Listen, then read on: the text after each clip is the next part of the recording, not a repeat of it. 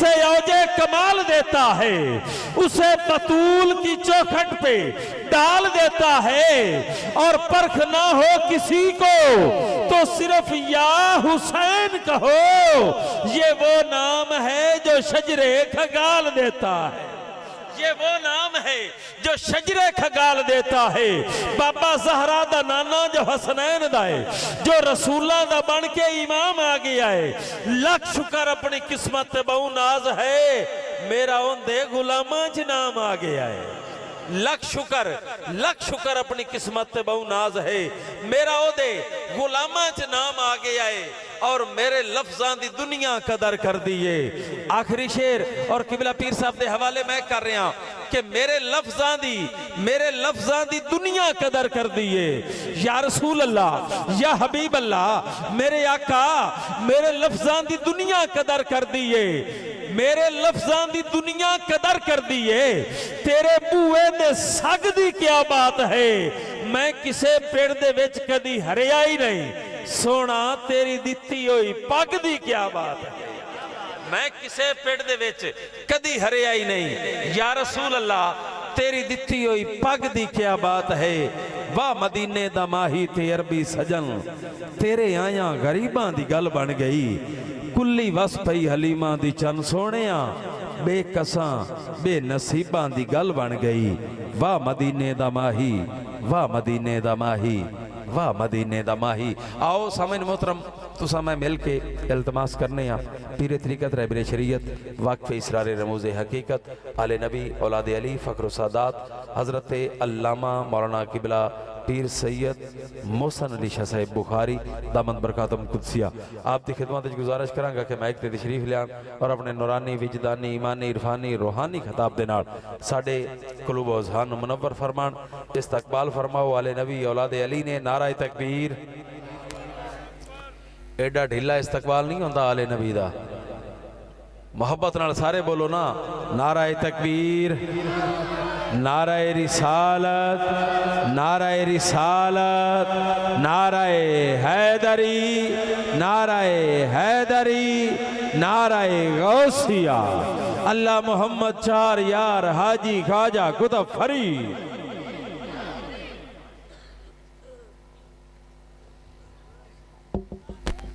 على عباده الذين اصطفى خصوصا على سيدنا ومولانا وملجانا ومأوانا وغوثنا ومعيننا وقطبنا ونظامنا وفريدنا محمد المصطفى وعلى آله وأصحابه أولي الصدق والصفاء۔ اما بعد فاعوذ باللہ من الشیطان الرجیم بسم اللہ الرحمن الرحیم انما یرید اللہ لیذہب عنکم الرجس اہل البیت ویطہرکم تطہیرا۔ صدق اللہ العظیم۔ درود پاک پڑھ لیں جی سارے احباب۔ اللہم صلی علی سیدنا و مولانا محمد وعلی آل سیدنا و مولانا محمد مبارک وسلم۔ الصلاۃ والسلام علیک یا رسول اللہ وعلی آلک و اصحابک یا حبیب اللہ۔ اب جو اہل بیت سے جتنا دور ہوگا وہ اتنا ہی بڑا رجس ہوگا۔ سمجھے گا؟ رجس کو اللہ نے دور کیا ہے اہل بیت کے، رجس اہل بیت کے قریب نہیں آ سکتا، تو جتنا دور ہوتا جائے گا اہل بیت سے سمجھتے جانا وہ اتنا ہی بڑا رجس بنتا جا رہا ہے۔ رجس حضور کی اہل بیت کے قریب نہیں آ سکتا، اللہ نے دور کیا ہے۔ یہ ایک آیت ہے، میں تو نہ آخیا 2-4 منٹ چلو ہے، 2-1 منٹ ہو گئے، 2 منٹ اور چل پا۔ یہ ایک آیت ہے جو سورہ احزاب کی ہے کہ اللہ نے اس گھرانے کو پاک کیا۔ ایک آیت اور سن لیں سورہ بقرہ کی، اس کے بعد نتیجہ دے دیتا ہوں۔ اللہ نے جب اپنا گھر کعبۃ اللہ پاک کروانا چاہا تو اپنے پیغمبروں کی ڈیوٹی لگائی۔ وَأَحِدْنَا إِلَىٰ إِبْرَاهِيمَ وَإِسْمَاعِيلَ أَن طَهِّرَا بَيْتِيَا لِلطَّائِفِينَ وَالْعَاكِفِينَ وَالرُّكَّعِ السُّجُودِ۔ فرمایا اے میرے نبی ابراہیم اور اسماعیل، دونوں باپ بیٹا مل جاؤ اور میرے گھر کعبے کو پاک کرو۔ یا اللہ کس لیے؟ فرمایا للطائفین، اس لیے کہ یہاں کر میرے بندوں نے اس گھر کا طواف کرنا ہے، والعاکفین میرے بندوں نے اعتکاف کرنا ہے، والرکع السجود میرے بندوں نے رکوع بھی کرنے ہیں اور سجدے بھی کرنے ہیں، میرے گھر کو پاک کرو۔ یہ سورہ بقرہ کی آیت ہے کہ اللہ نے اپنا گھر کعبہ پاک کروایا ہے اپنے پیغمبروں سے، ابراہیم و اسماعیل سے۔ آیتوں دونوں آپ نے سن لی، ایک ہے سورہ احزاب کی آیت، ایک ہے سورہ بقرہ کی آیت۔ اب قرآن ہمیں مقام فکر یہ دیتا ہے کہ جب اللہ نے اپنا گھر کعبۃ اللہ پاک کروانا چاہا تو اپنے پیغمبروں کی ڈیوٹی لگائی کہ میرے پیغمبروں تم میرے گھر کو پاک کرو، اور جب یار کے گھر کی بات آئی فرمایا انما یرید اللہ، محبوب تیرا گھر تیرا اللہ خود پاک فرمائے گا، میرا گھر نبی پاک کریں گے، تیرے گھر کو تیرا اللہ خود پاک فرمائے گا، اس لیے کہ مجھے اپنے گھر سے بھی تیرا گھر زیادہ پیارا ہے۔ انما یرید اللہ لیذہب عنکم الرجس اہل البیت ویطہرکم تطہیرا۔ اب کتنا پاک فرمایا اللہ نے انہیں، پاک فرمایا، پاکیزگیاں بھی ناز کرنے لگیں، طہارتیں بھی ناز کرنے لگیں۔ ذرا سنیں گے تو ایمان تازہ ہو جائے گا۔ امام عبدالوہاب شارانی رحمت اللہ تعالیٰ علیہ اپنی کتاب کشف الغمہ کے اندر تحریر فرماتے ہیں کہ ظہر کی نماز کے بعد سیدہ پاک سلام اللہ علیہ نے امام حسن کو جنم دیا ہے۔ ظہر کے بعد سیدہ طاہرہ نے امام حسن کو جنم دیا ہے، اور عصر کی نماز نبی کی بیٹی نے مصلی پہ بیٹھ کے ادا فرمائی ہے۔ عرض کیا جاتا ہے یا رسول اللہ فاطمہ نے نماز پڑھ لی جبکہ آج ہی اس نے حسن کو جنم دیا ہے، یہ کیسے ممکن ہے؟ حضور نے فرمایا اللہ نے میری بیٹی کو ہر قسم کی نجاست سے پاک فرما دیا ہے، کوئی ناپاکی اور نجاست میری بیٹی کے قریب نہیں آ سکتی۔ کائنات میں یہ ایک عورت ایسی ہے جس کی زندگی میں کوئی ایک نماز بھی قضا نہیں ہوئی ہے، انہیں اللہ نے طہارتیں عطا فرمائی ہیں۔ کتنی طہارت عطا فرمائی؟ مسجد میں جامع ترمذی کی حدیث، اور جامع ترمذی حدیث کی وہ کتاب ہے جس کے بارے میں محدثین فرماتے ہیں جس گھر میں یہ کتاب ہو سمجھو کہ اللہ کا رسول خود اس گھر میں جلوہ گر ہو کے کلام فرما رہا ہے۔ مدارس دینیہ میں پڑھائی جاتی ہے آخری سال عالم بناتے وقت، اس میں حدیث ہے، فرمایا کوئی بندہ بھی جنبی حالت میں مسجد میں داخل نہیں ہو سکتا، بندے پہ غسل فرض ہو جائے تو وہ مسجد میں نہیں جا سکتا، اس کا قدم رکھنا مسجد میں حرام ہے جب تک پاک نہ ہو جائے، غسل نہ کر لے۔ لیکن جنہیں اللہ نے پاک فرمایا ہے، حضور نے فرمایا علی تو اور میں، اور سنن کبریٰ بہقی کی روایت میں 2 ہستیوں کا 3 ہستیوں کا اور بھی ذکر ہے، فرمایا علی تو، تیری بیوی فاطمہ، تیرے یہ دونوں بچے حسن و حسین، اور میں محمد عربی، ہم پانچوں جس حالت میں چاہیں مسجد سے گزر سکتے ہیں کہ اللہ نے ہمیں پاک فرما دیا۔ یہ وہ ہستیاں ہیں جن پہ طہارتیں بھی ناز کرتی ہیں، جن پہ پاکیزگیاں بھی ناز کرتی ہیں کہ اللہ نے انہیں ایسی پاکیزگی عطا فرمائی ہے۔ میرے رسول انہیں چوما بھی کرتے تھے، سونگا بھی کرتے تھے۔ حضور انہیں گود میں بٹھاتے، حسنین کریمین، چومتے بھی تھے سونگتے بھی تھے۔ یار چومنا تو سمجھ آؤندہ ہے، توجہ ہے، سارے نانے چوم دے راندن، چومنا تو سمجھ آتا ہے، سونگنا کیا ہے؟ اور کوئی اور سونگے تو بات ہے، یہ وہ سونگ رہا ہے جس کی اپنی خوشبو کا یہ عالم ہے کہ جس گلی سے گزر جاتے تھے وہ گلی بھی مہکنے لگ جاتی تھی۔ صحابہ کرام حضور کا پسینہ لیتے تھے، حضرت ام سلیم حضور کا پسینہ پوچھ رہی ہیں بازو سے اور ایک شیشی میں بند کر رہی ہیں۔ حضور نے فرمایا کیا کرو گی؟ کہا جی میری بچیوں کی شادی ہونے والی ہے، اپنی خوشبو میں قطرہ قطرہ ڈال کے دے دوں گی، جہاں یہ لگ جاتا ہے خوشبو جاتی ہی نہیں ہے۔ یہ سرکار کے اپنے پسینے کی خوشبو کا یہ عالم ہے۔ بلکہ حضور کے ایک صحابی ہیں جن کا نام ہے عتبہ بن فرقد رضی اللہ تعالیٰ، عتبہ بن فرقد، ان کی 4 بیویاں تھیں، عرب کثرت ازواج کرتے تھے، 4 بیویاں تھیں۔ عتبہ کے جسم سے خوشبو آتی تھی، آپ کی بیویاں مقابلہ کرتی تھیں، مقابلہ خوشبو میں اپنے شوہر کا، مدینہ کی مارکیٹ سے قیمتی خوشبوئیں خریدتی اور اپنے کپڑوں پہ لگاتی، لیکن جیسے ہی حضور کا غلام آتا سب پہ چھا جایا کرتا تھا، آپ کی خوشبو بڑھ جایا کرتی تھی۔ ایک دن کہنے لگے کی لینا ہے تو بآخر کی لیندہ کی ہیں تو؟ ہم نے مدینہ کی منڈی خرید ڈالی، مدینہ کے قیمتی سے قیمتی اتر ہم نے خریدا، مدینہ دی مارکیٹ ویلی کر چھڑیے، تو لیندہ کی ہیں آخر؟ عتبہ فرمایا راز نہیں دسنا، آخر نہ دس مڑ پیسے بھی تیرے اجڑ دے پڑے، سوانیاں کی تو لین گیا جی؟ گھر آلے دے اجڑ دیا نہ بتا، ہم بھی تو تیرے ہی پیسے لگاتی رہیں گی۔ وہ سر سمجھ آئی بھی دسنا پوسی کہ راز یہ ہے کہ میں چھوٹا سا بچہ تھا، میرے جسم پہ دانے نکل آئے، 10-11 سال کا بچہ تھا، میرے جسم پہ دانے نکل آئے، میرا باپ مجھے رسول کونین کی بارگاہ میں لے گیا، یا رسول اللہ میرے بچے کے دانے نکل آئیں، دم فرما دیں یا کرم فرما دیں۔ حضور نے اپنا ہاتھ میرے جسم پہ پھیرا، بھئی دانے تو گئے ہی گئے، آج تک جسم سے خوشبو نہیں جا رہی، ہاتھ لگ جائے تو شرمندہ مسیحائی ہے، پاؤں چھو جائے تو پتھر کا جگر موم کرے، ہاتھ لگ جائے تو شرمندہ مسیحائی ہے، ان کے روضے پہ یوں جلووں کی زیبائی ہے، جیسے فردوس پہ فردوس اتر آئی ہے۔ جسم سے خوشبویں، یہ وہ رسول ہے جس کے اپنے جسم کی خوشبوؤں کا یہ عالم ہے، کیا اسے کسی اور کو سونگھنے کی ضرورت ہے؟ لیکن حدیث تو بتاتی میرا رسول اپنے حسنین کو چوما بھی کرتا تھا، سونگا بھی کرتا تھا۔ یا رسول اللہ آپ انہیں چومتے بھی ہیں، سونگتے بھی ہیں؟ سونگتے کیوں ہیں؟ فرمایا اللہ نے جنت کی خوشبو ان کے سروں میں رکھ دی ہے، دنیا میں بیٹھے ہوئے جب جنت کا مزہ لینا چاہتا ہوں، کبھی حسن کے سر کو سونگ لیتا ہوں، کبھی حسین کے سر کو سونگ لیتا ہوں۔ ایسی خوشبو اللہ نے انہیں عطا فرمائی، یہ ان طہارتوں کا نتیجہ ہے جو اللہ نے انہیں عطا فرمائی تھی۔ جب امام علی مقام شہید ہو گئے نا، یہ بات سننے کی ہے، حافظ ابن کثیر نے البدایہ والنہایہ کے اندر لکھا ہے، جب امام علی مقام شہید ہو گئے تو بعد میں آپ کی قبریں بنا دی گئیں۔ یہ قبریں بنی ہیں 11 محرم کو۔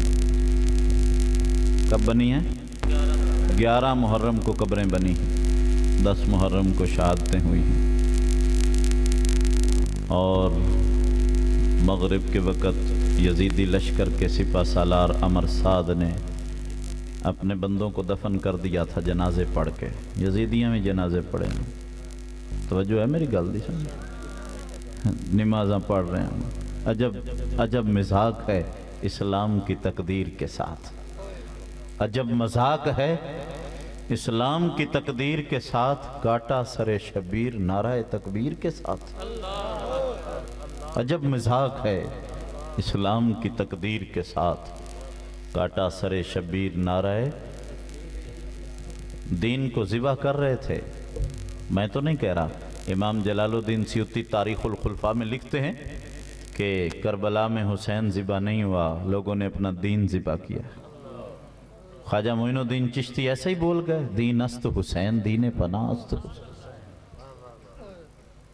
علامہ اقبال کہتے ہیں بحر حق در خاک و خوں غلطی داست، پس بنا لا الہ گردیدہ است۔